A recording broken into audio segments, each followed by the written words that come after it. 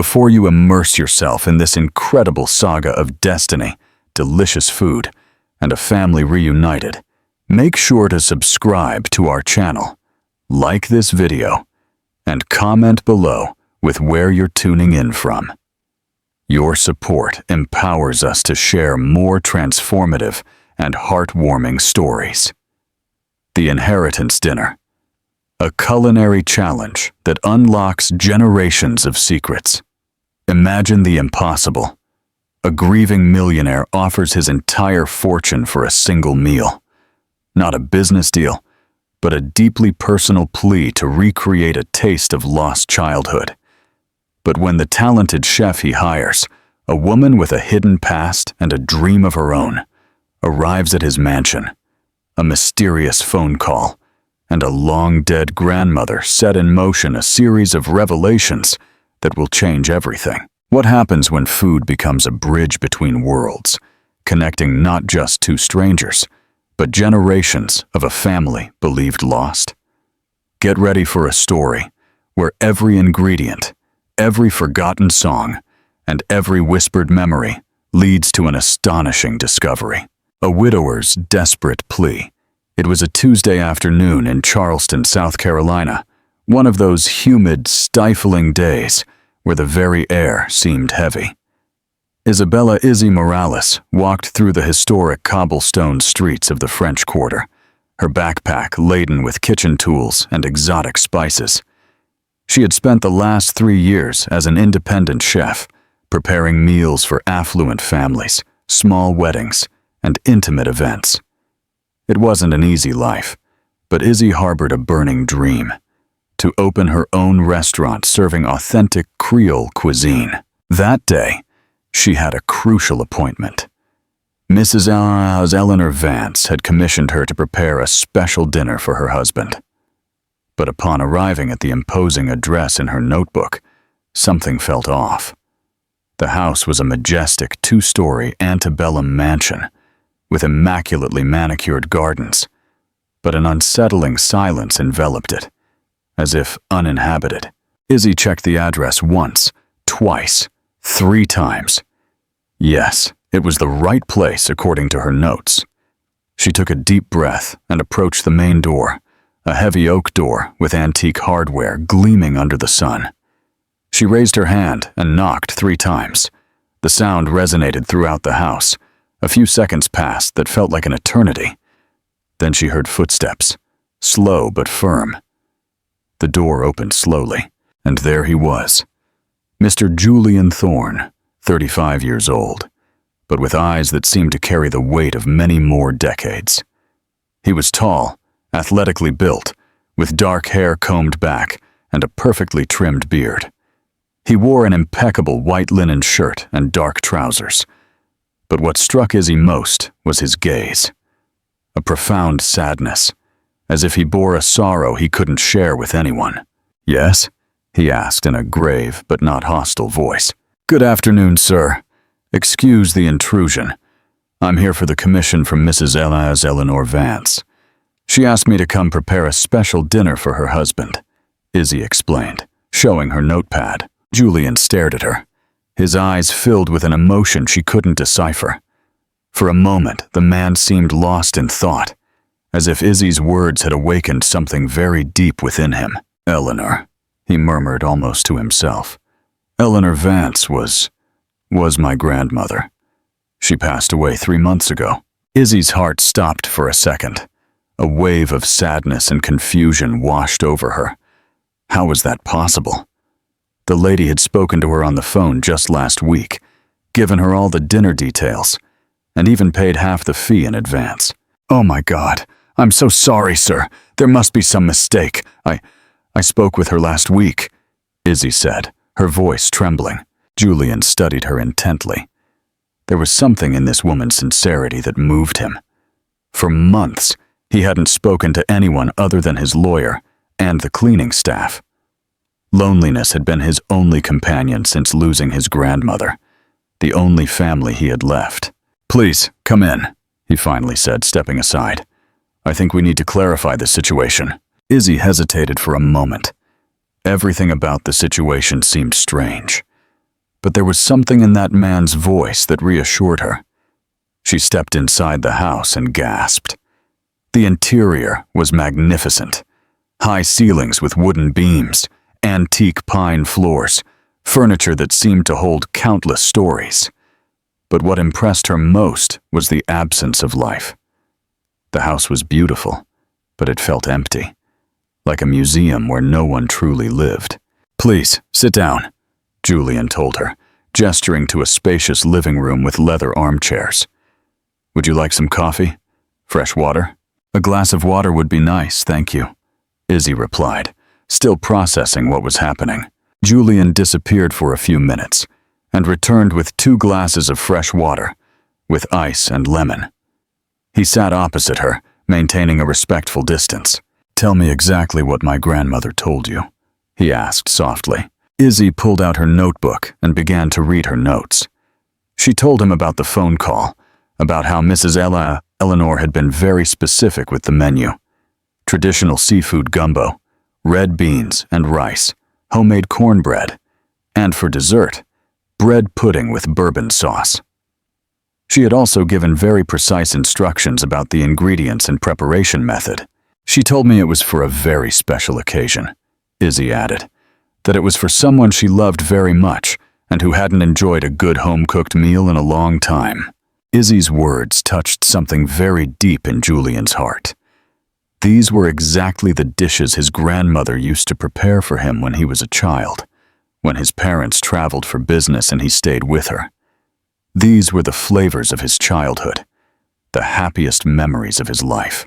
"My grandmother she was a very special woman," Julian said, his voice choked with emotion. "When my parents died in an accident when I was 12, she took care of me. She raised me with so much love, so much patience. Her cooking was her way of showing affection." Izzy felt a lump in her throat. She could see the pain in this man's eyes, and something within her was deeply moved. "After she died, I haven't been able to eat well. Nothing tastes the same. I've lost my appetite. I've lost so much," Julian continued. "This house is full of memories, but it's also full of emptiness." They sat in silence for a few moments. Izzy didn't know what to say. It was evident that this man was suffering, and she felt like an intruder in his pain. "Mr. Thorne," she finally said, I don't know how to explain your grandmother's call. Maybe someone is playing a very cruel trick, but I can assure you that I spoke with a lady who identified herself as Eleanor Vance. Her voice was sweet, maternal. She spoke of you with such love." Julian looked at her intently. There was something about this woman that intrigued him. Her sincerity was evident. But more than that, there was a warmth in her that he hadn't felt in a long time. "Do you know how to cook those dishes you mentioned?" he suddenly asked. "Yes, sir. I learned them from my own grandmother. She taught me all the secrets of traditional Creole cooking since I was a little girl." Julian got up and walked to the window. He gazed at his garden for a few moments, as if making a very important decision. "Miss, I'm sorry, you haven't told me your name." "Isabella Morales, sir. Izzy for short." "Izzy," he repeated, as if savoring the name. "I have a proposal that might sound strange." He turned to her with an expression Izzy couldn't interpret. There was determination in his eyes, but also something that looked like desperation. "For 3 months, I haven't tasted a meal that meant anything. For 3 months, this house hasn't had the aroma of a living kitchen. If you could prepare that dinner my grandmother commissioned you for, exactly as she asked." He paused, as if gathering courage to continue. "If you make that dinner, and manage to make it taste exactly how my grandmother made it, I give you my word that I will pay you anything you ask. More than that." Izzy felt her heart race. There was something about this man's intensity that made her nervous.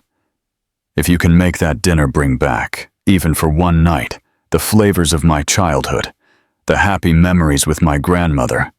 Julian paused again, and what he said next changed everything. "I'll give you my entire fortune."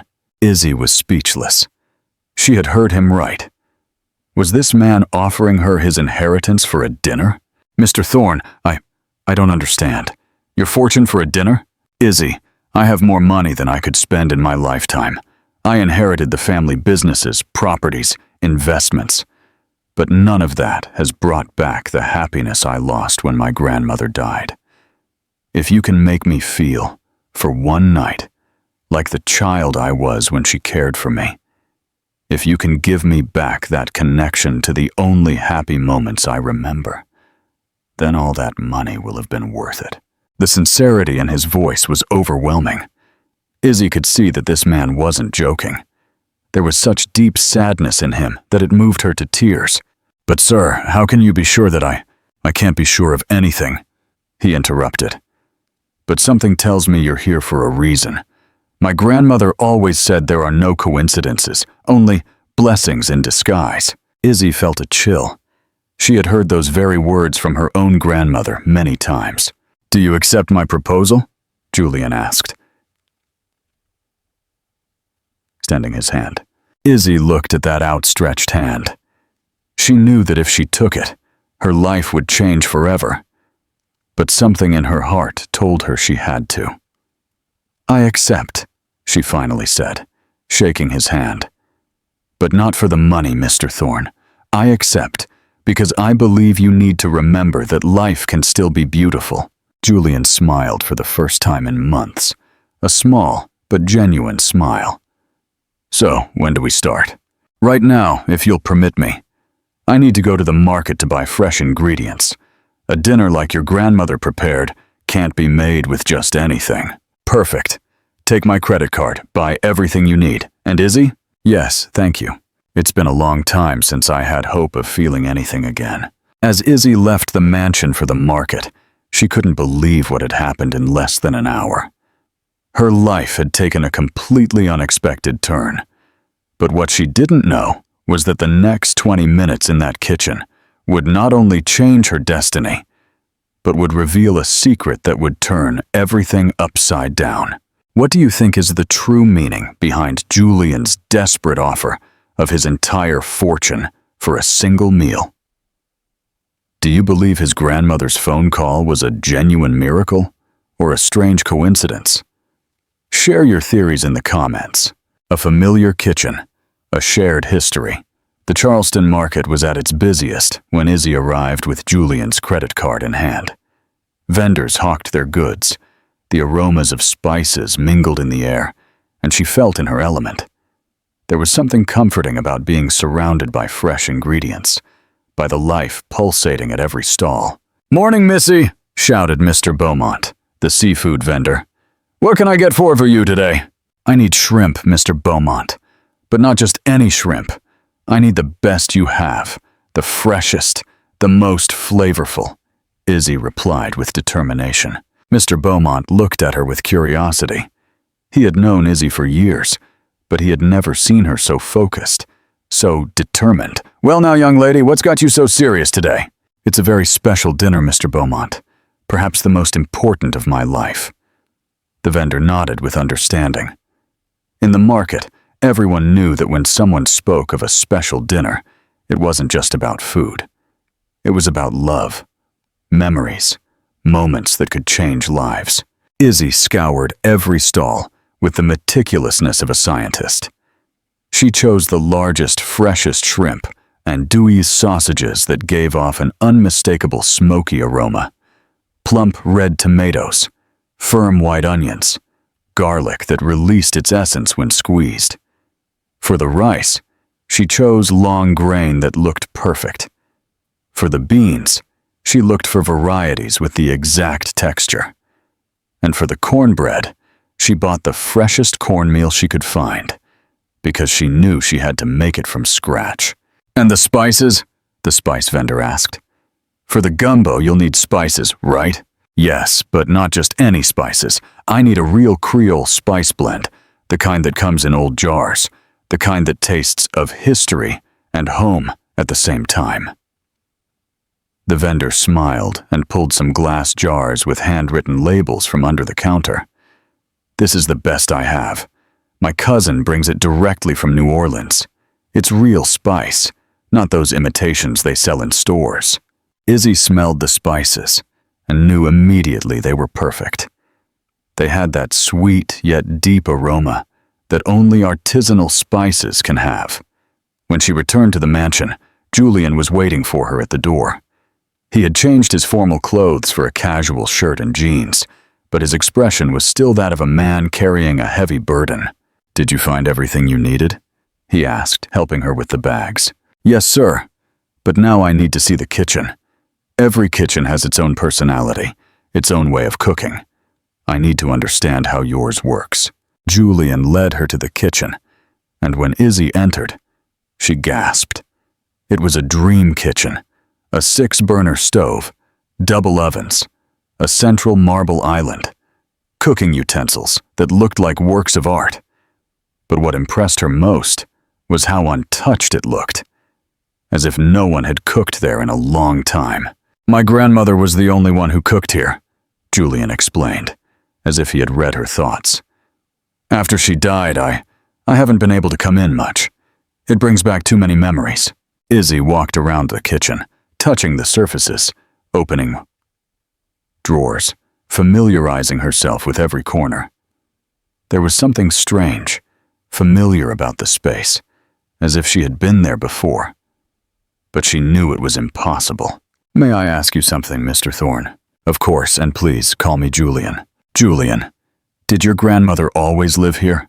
Did she cook in this very kitchen?" "Yes, this house has been in my family for generations. My grandmother married my grandfather here, raised my parents here, raised me here. This kitchen was her kingdom. She spent hours and hours preparing meals not only for the family, but for everyone who came in need." Izzy felt a strange connection with that information. Her own grandmother had told her stories about a very wealthy family she had worked for when she was young. A family that had a beautiful kitchen where she had learned many special recipes. "What was your grandmother's full name?" "Eleanor Vance Thorne. But before she married, she was Eleanor Vance Dubois." Izzy's heart stopped.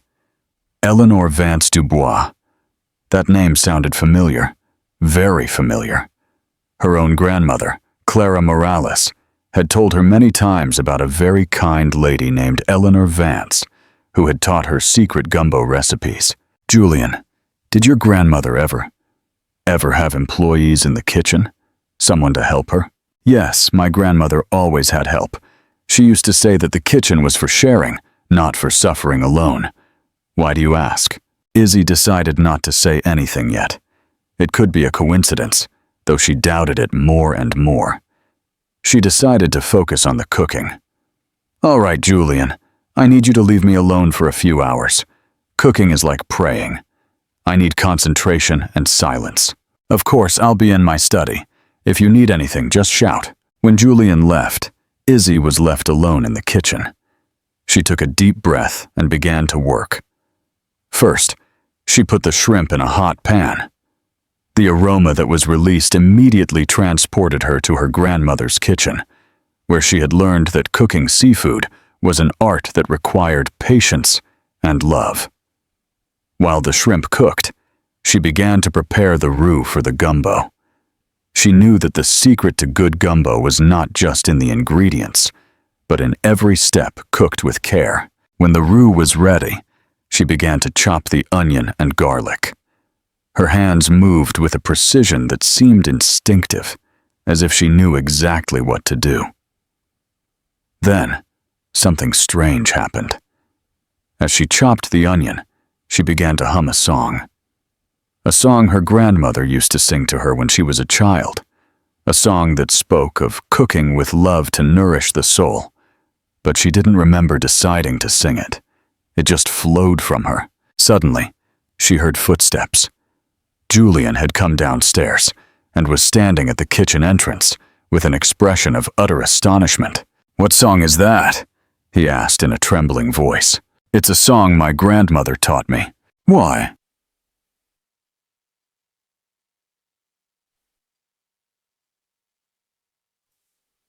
"My grandmother sang that very song, exactly that song, with the same melody. She always sang it whenever she cooked."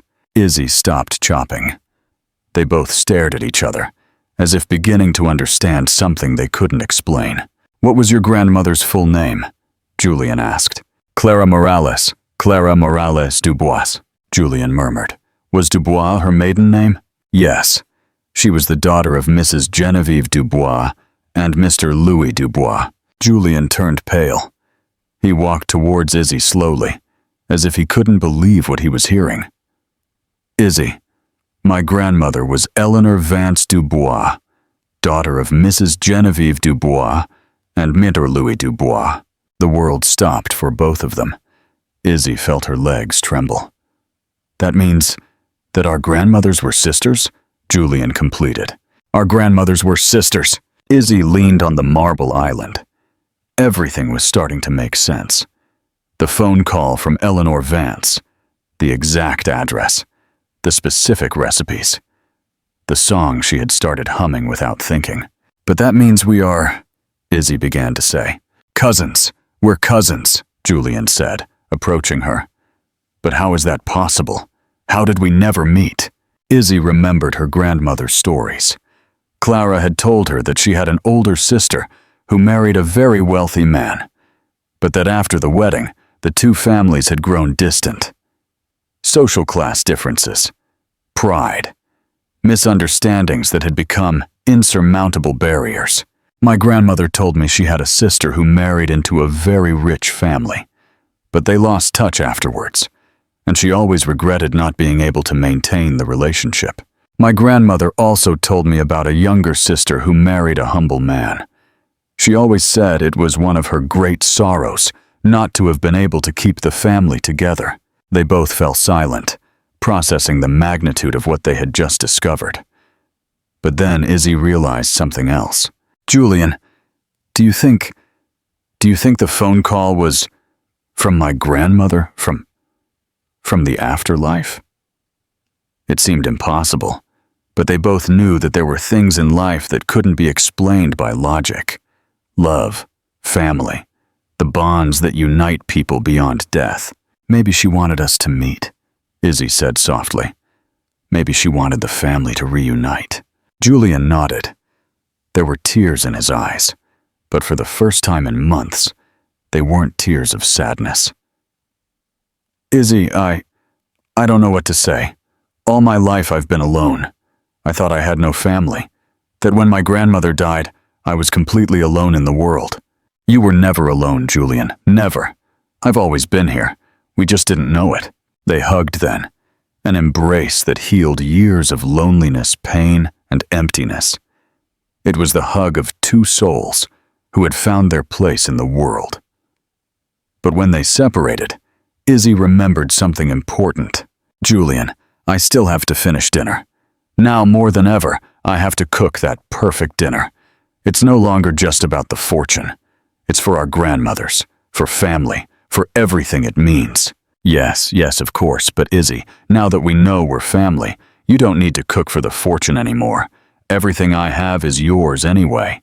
"No, Julian, I need to cook this dinner. I need to do it right. Not for the money, but because I feel our grandmothers are watching us. I feel that this dinner is a way to honor their memory and their love." Julian smiled. He had found not only his family, but someone who understood what truly mattered in life. "Then cook, cousin. Cook with all the love our grandmothers taught us." Izzy returned to her work. But now everything was different. Every movement, every ingredient, every aroma had a special meaning. She wasn't just cooking for Julian. She was cooking for family, for love, for the history that united them. She ground the spices with the meticulousness her grandmother had taught her. She added the roux, the seafood broth, the vegetables. Little by little, the gumbo came to life, filling the kitchen with an aroma that seemed to awaken ancient memories. "It smells exactly as I remember," Julian said, who had returned to the kitchen, drawn by the aroma. "It's like my grandmother is here." "Maybe she is here," Izzy replied. "Maybe they both are here, watching their grandchildren finally meet." While the gumbo cooked slowly, Izzy prepared the red beans and rice, the cornbread, and began to make the bread pudding. Each dish was a work of art, prepared with the care and love that only a true cook can give. But what they didn't know was that the night's real surprise was just beginning. In a kitchen drawer, there was something that would change everything they thought they knew about their family. What do you think is the true reason for the separation of Julian and Izzy's grandmothers, beyond social class? How does the discovery of their shared lineage and the song redefine their understanding of the mysterious phone call? Share your insights in the comments.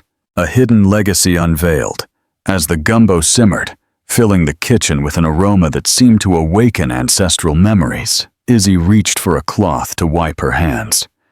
She opened drawer after drawer, familiarizing herself with the kitchen's organization, until, in the last drawer on the left, she found something that took her breath away. Beneath some embroidered tablecloths, there was a yellowed envelope. It was addressed in shaky but clear handwriting. To Clara, my dear sister, may we meet again someday. With all my love, Eleanor. Julian! She called in a trembling voice. What's wrong? Is everything all right? He rushed into the kitchen, alarmed by the urgency in her tone. Izzy showed him the envelope with trembling hands. Look at this. It was in the drawer, under the tablecloths.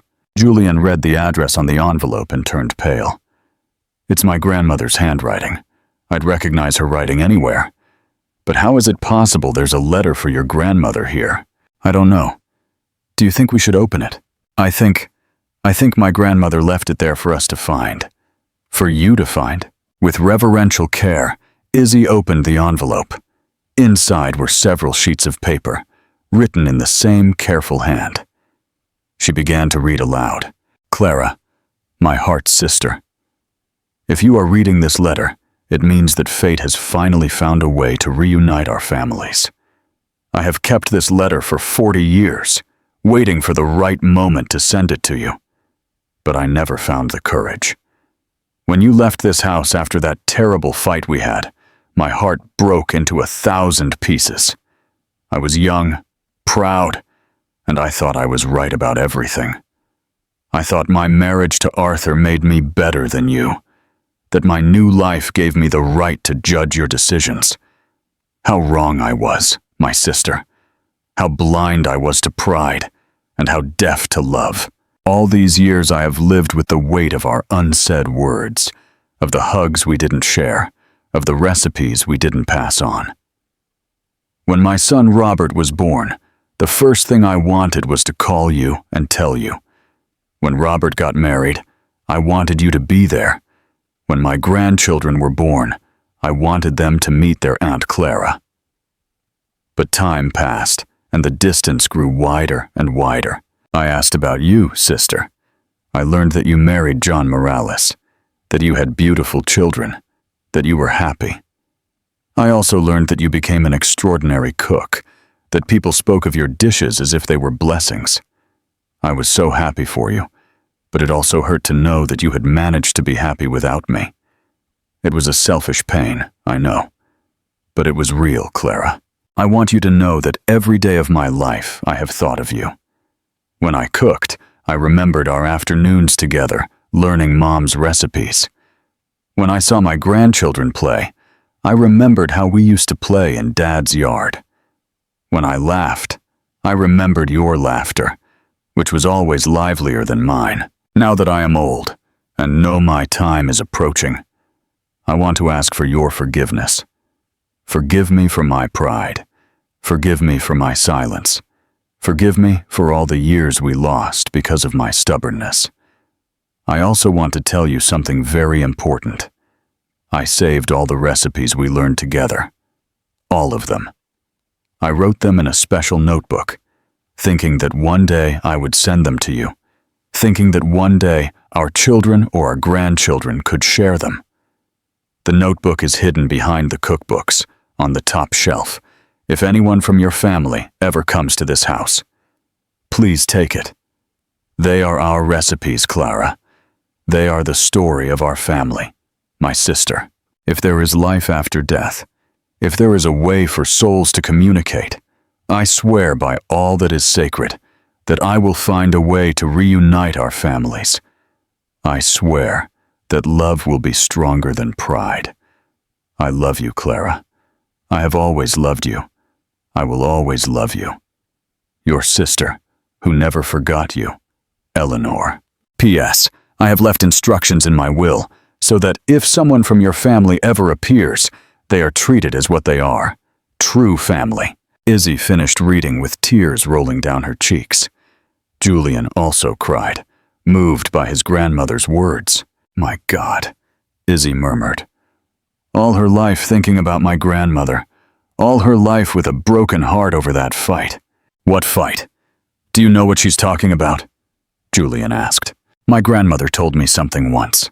She said that when she was young, she worked in a very big house, in the kitchen, that she became very good friends with the lady of the house, but that afterwards they had a terrible argument, that the lady said very harsh things to her about her social position, about how a domestic worker couldn't pretend to be equal to the family.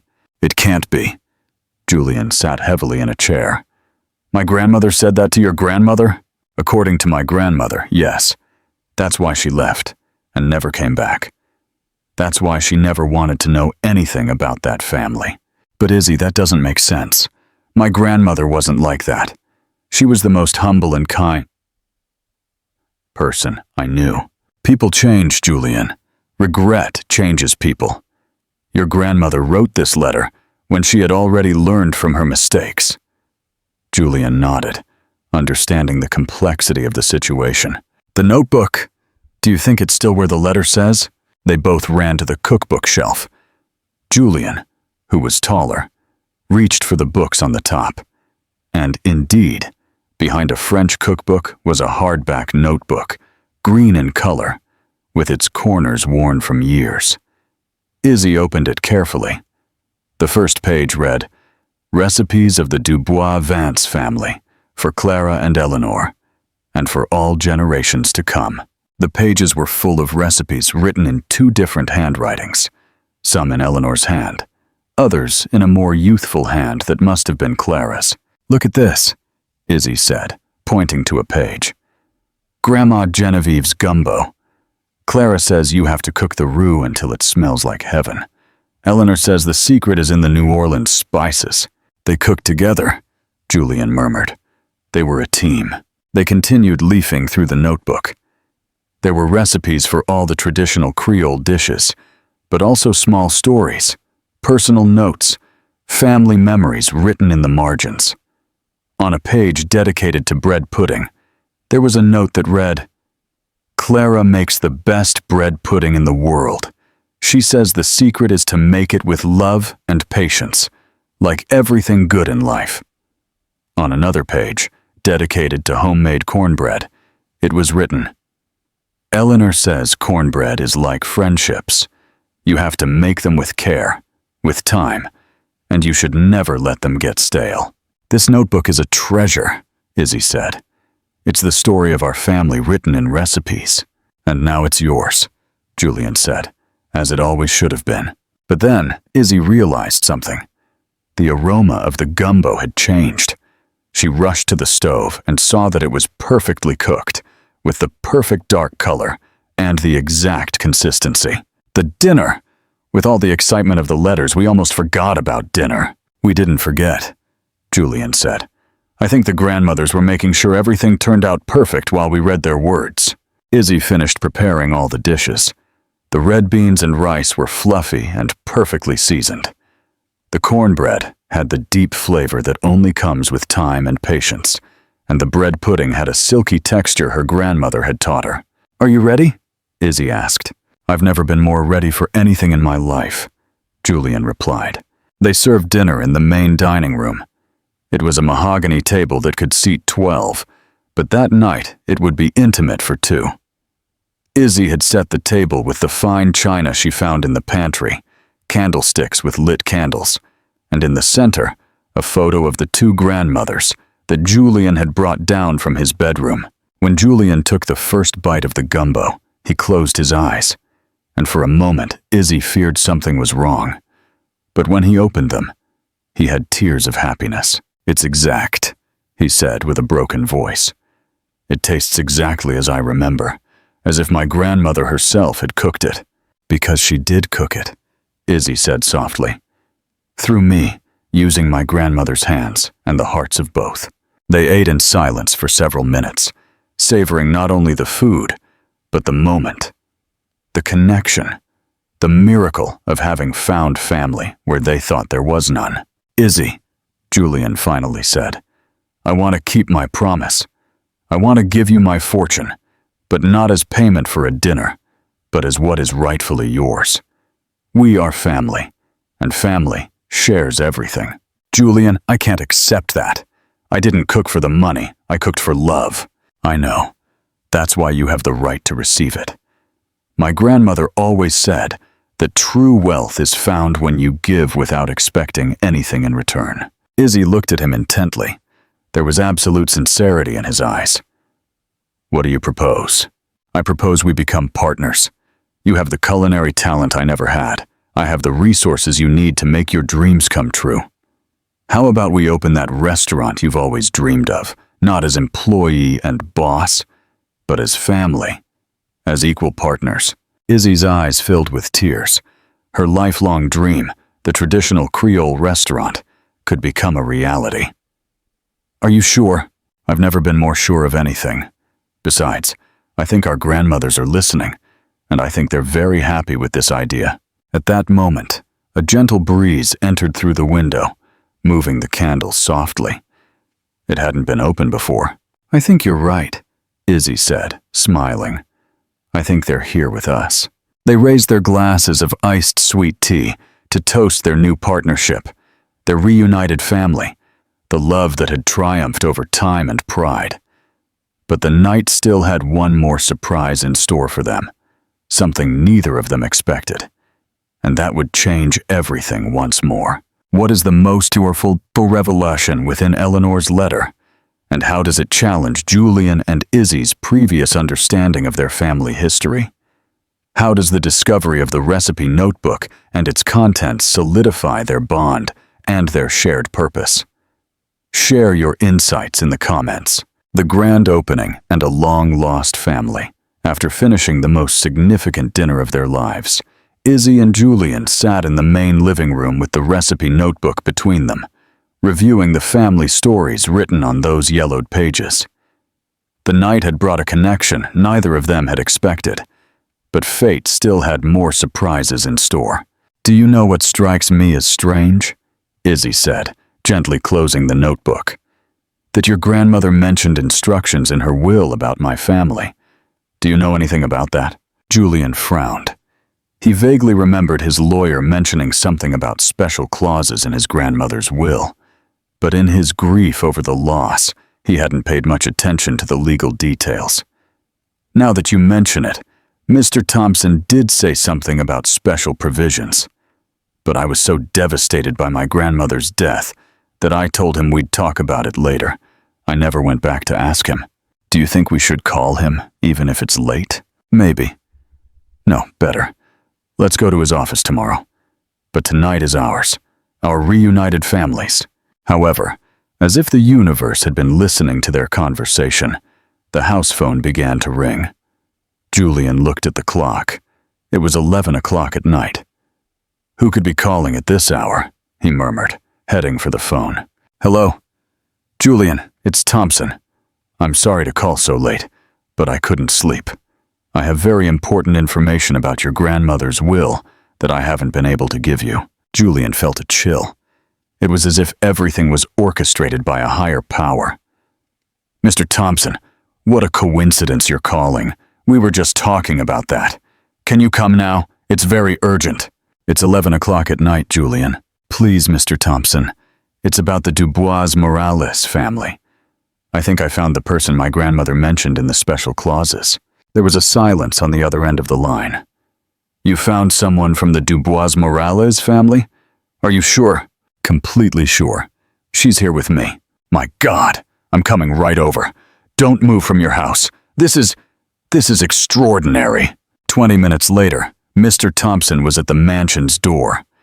He was an older man, with white hair and a serious expression, carrying a worn leather briefcase. "Julian," he said, entering. "Your grandmother made me promise that if someone from the Dubois Morales family ever appeared, I was to treat it as an emergency no matter the hour." Izzy formally introduced herself to Mr. Thompson, explaining her kinship with Clara Morales Dubois and the entire story they had discovered that night. Mr. Thompson listened with growing attention, taking occasional notes in a notebook. "Miss Izzy Morales, can you show me some identification?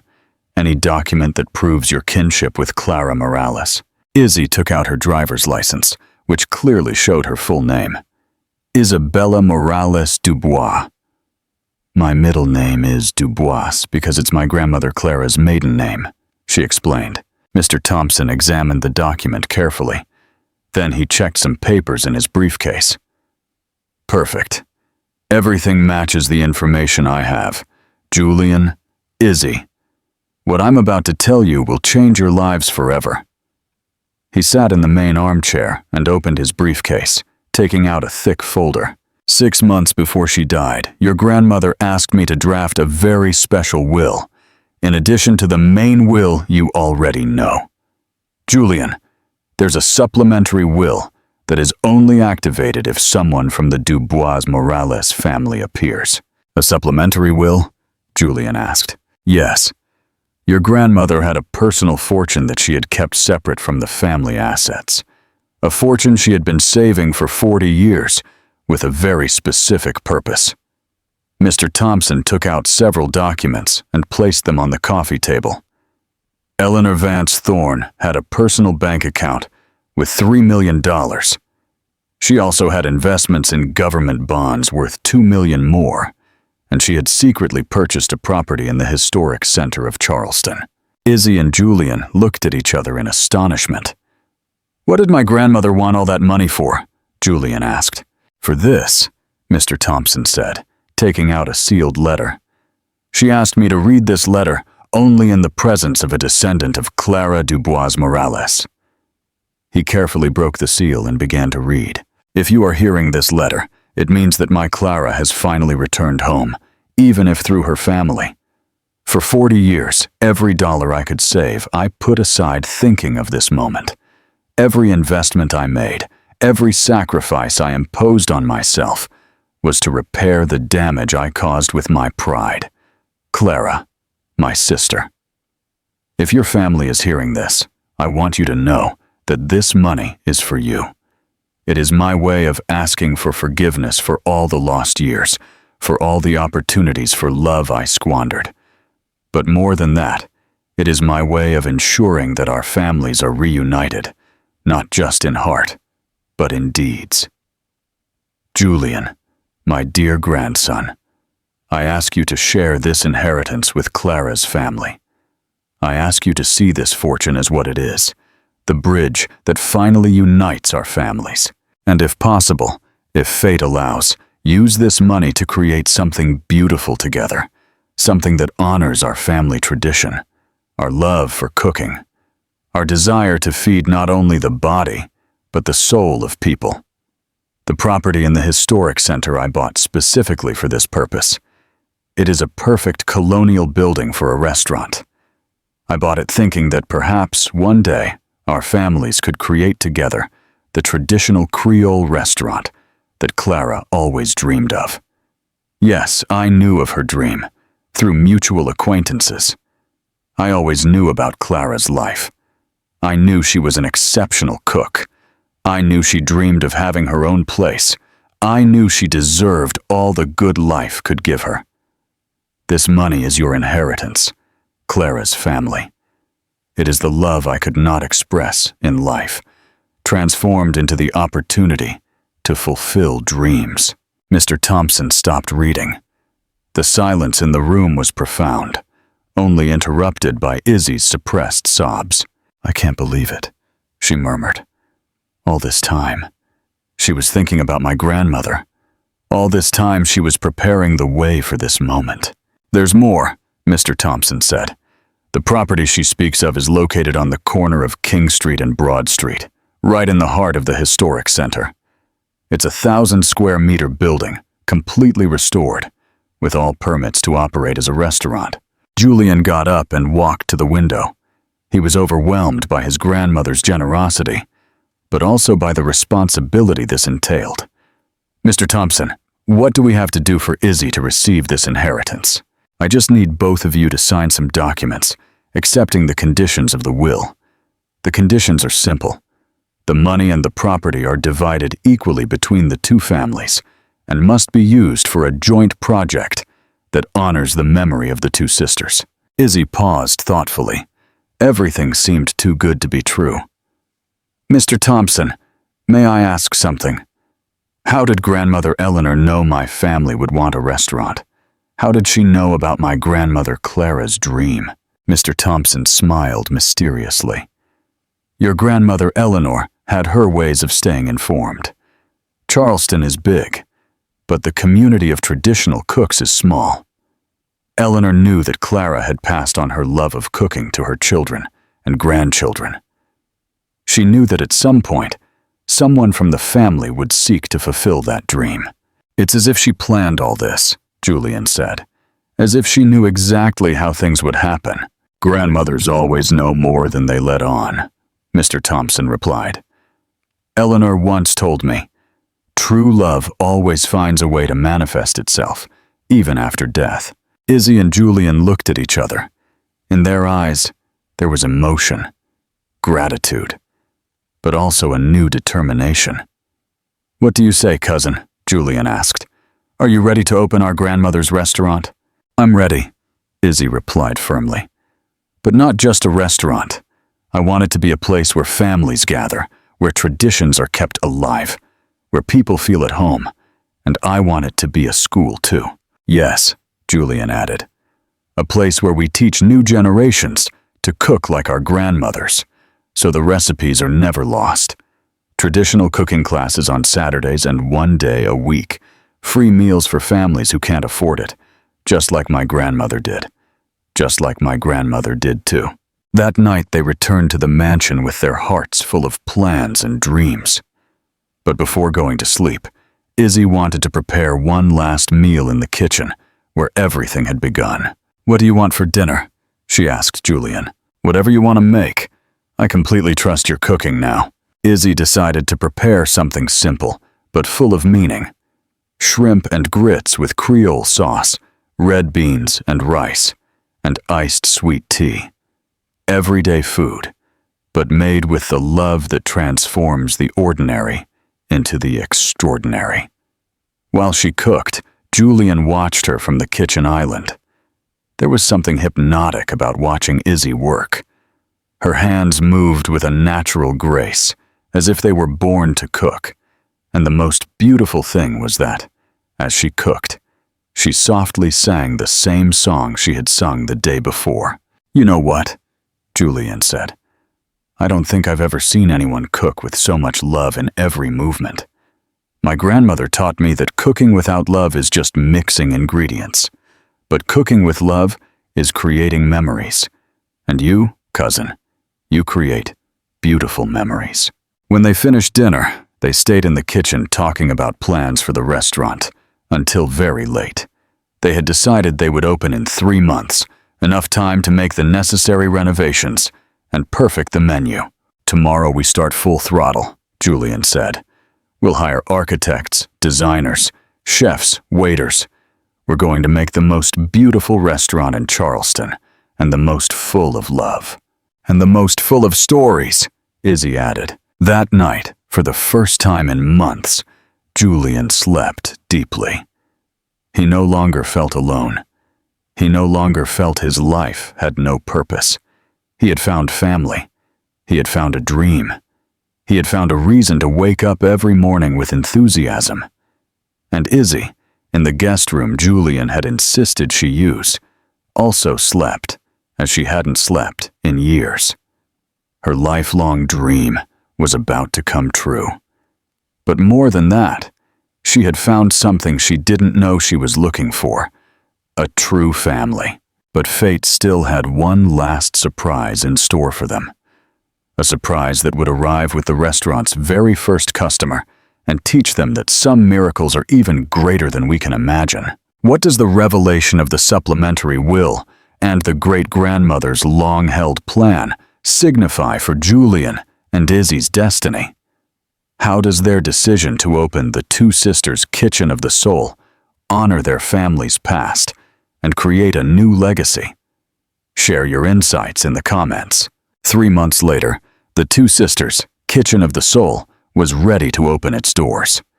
The building had been transformed into a magical place that perfectly combined colonial elegance with homey warmth. The pink brick walls gleamed with perfect maintenance. The inner courtyard had become a garden full of aromatic plants and colorful flowers. The tables were made of solid wood, each with a tablecloth hand-embroidered by local artisans. And on every table, there was a small framed photograph of grandmothers, Clara and Eleanor, as children. The kitchen was the heart of the place. Izzy had managed to create a space where one could cook for 200 people without losing the homemade touch. The aromas wafting from that kitchen could be smelled from the street, attracting passers-by like a siren song. Julian had taken care of every administrative detail. He had hired the best staff, from waiters who treated every customer like family, to a local jazz band that came on Fridays and Saturdays to create a festive atmosphere. The menu was a culinary work of art. Izzy had included all the recipes from the family notebook, but she had also created new dishes that honored tradition while adding her personal touch. The house specialty was the two sisters' gumbo, prepared exactly with the recipe that had united the families, but they also had jambalaya, shrimp and grits, southern fried chicken, and for dessert, Grandmother Eleanor's famous bread pudding. Opening day was a Saturday in December, perfect for a celebration. They had invited all the extended family they had been able to locate, the neighborhood residents, the market vendors, and several food journalists from the city. Izzy was nervous, but excited. She wore an apron embroidered with the initials of her two grandmothers, and had prepared everything with the care and love she had learned since childhood. "Are you ready, cousin?" Julian asked her, dressed in an elegant white linen suit. "I've never been more ready for anything in my life," Izzy replied. "I feel the grandmothers are here with us." "I'm sure they are. They're probably in the front row, admiring what we've achieved." At exactly noon, they opened the doors of the two sisters. The first to enter were Mr. Beaumont from the market and his wife, followed by the curious neighbors who had been waiting for the opening. But then something happened that neither of them expected. An elderly lady, approximately 80 years old, slowly approached the entrance. She walked with a cane, but her step was firm. She had perfectly coiffed white hair and wore an elegant but simple navy blue dress. When she reached the door, she stopped and looked at the restaurant sign with an expression Izzy couldn't interpret. There was surprise in her eyes, but also something that looked like recognition. "Excuse me, young lady," the woman said in a trembling voice. "May I ask why it's called the Two Sisters?" Izzy approached with a warm smile. "Of course, ma'am. It's named in honor of our grandmothers, Clara and Eleanor, who were sisters, but were separated for many years. This restaurant is our way of reuniting the family." The lady turned very pale. She leaned more firmly on her cane. "Clara and Eleanor. Clara Morales and Eleanor Thorne." Izzy felt her heart race. "Yes, ma'am. Did you know them?" "Child," the lady said with a broken voice. "I am Amelia Dubois. Clara and Eleanor were my older sisters." The world stopped for Izzy. Julian, who had overheard the conversation, rushed over. "Ma'am, did you say Dubois?" "Yes, young man. I'm the youngest sister. The one Clara and Eleanor thought had died in the epidemic of 19... Izzy felt her legs tremble. Julian took her arm to steady her. "But that's impossible. Our grandmothers never mentioned a third sister, because they believed I had died, my dear. When I had measles at 10, I was so ill that everyone thought I wouldn't survive. They took me to a hospital in New Orleans.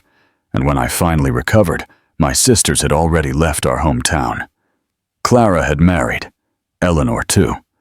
I was left in the care of some aunts. "My God," Julian murmured. "We have another grandmother." "All my life I searched for them," continued Amelia. "All my life I asked about them. I knew Clara had stayed in Charleston. I knew Eleanor had married into money, but I could never find them. Charleston is very big when you don't know where to start looking." Izzy began to cry. She couldn't believe that on the opening day of their restaurant, a grandmother they didn't know existed had appeared. "Mrs. Amelia," she said in a trembling voice, "how did you know about the restaurant?" "I saw the advertisement in the newspaper. When I read The Two Sisters, and then saw traditional family cuisine mentioned, something in my heart told me to come. I didn't know why, but I felt I had to be here." Julian looked at Izzy. They both knew this wasn't a coincidence. It was another miracle. "Another blessing in disguise, Aunt Amelia," Izzy said, instinctively using the family title. "Would you like to have lunch with us?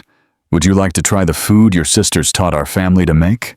Amelia smiled for the first time since she had arrived. "Nothing would make me happier, my dear." They led her to the main table, the table they had reserved for family. Julian rushed to get a third chair and an additional place setting. Izzy personally went to the kitchen to prepare the most special dish she could make. She decided to prepare the Two Sisters gumbo, but this time she would make it thinking of all three sisters. As she cooked, her hands trembled with emotion. It was as if the stars had aligned perfectly.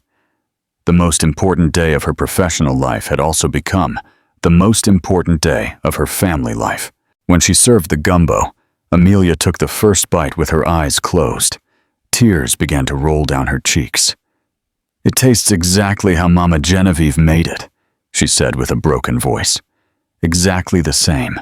It's like I've gone back 70 years in time." "It's our grandmother's recipe," Izzy explained. "They kept it in a special notebook, waiting for the day the family would reunite." "A notebook? It still exists?"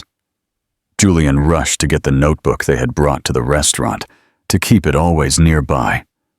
When Amelia saw it, she began to sob. "This notebook! I helped write some of these recipes when I was very little. Look," she pointed to a page. "This crooked handwriting here is mine. I was 8 when I wrote this beignet recipe." The three embraced then. An embrace that reunited not only 3 people, but 3 generations of family love that had been waiting for this moment. The rest of opening day was magical. Amelia stayed all day, telling stories of when the 3 sisters were girls, filling in the gaps in the family history that neither Izzy nor Julian knew. Customers who came to the restaurant immediately realized they were witnessing something special. The energy of the place was different, full of love, reunion, small but profound miracles. At the end of the day, when they closed the restaurant, the 3 sat in the inner courtyard under the stars. "You know what I think," Amelia said.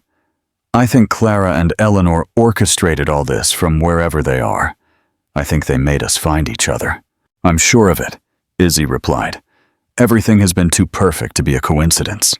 "And I think we're just getting started," Julian added. "I think this restaurant is going to be a place where many families reunite, where many small miracles will happen." Amelia smiled. "You know what? I have a very big, very stylish house, and you have a restaurant that's going to need a lot of love and a lot of stories. How about I move into the neighborhood and help you with the restaurant? I know recipes that neither you nor your grandmothers knew." "Aunt Amelia," Izzy said, "nothing would make us happier." And that's how a dinner that began as an impossible challenge became the reunion of a family that had been waiting decades to be whole again. The restaurant, The Two Sisters, Kitchen of the Soul, became the most beloved place in Charleston's historic center, not only for its extraordinary food, but for the stories created within its walls, for the families that gathered at its tables, for the love that was served with every dish. Izzy never returned to her old life. She moved to a house near the restaurant, and together with Julian and Amelia, they created not only a successful business, but a new form of family, united by love, food, and the certainty that some miracles are so beautiful that they are worth a lifetime of waiting. And every night, before closing the restaurant, the three raised a glass of iced sweet tea and toasted Clara and Eleanor, the two sisters who had found a way to reunite their family from heaven, using love, food, and a dinner that changed everything in just 20 minutes as intermediaries. Because sometimes, the biggest miracles come disguised as the simplest things: a mysterious phone call, a wrong address, and the bravery of a woman who decided to cook with an open heart for a stranger who turned out to be family.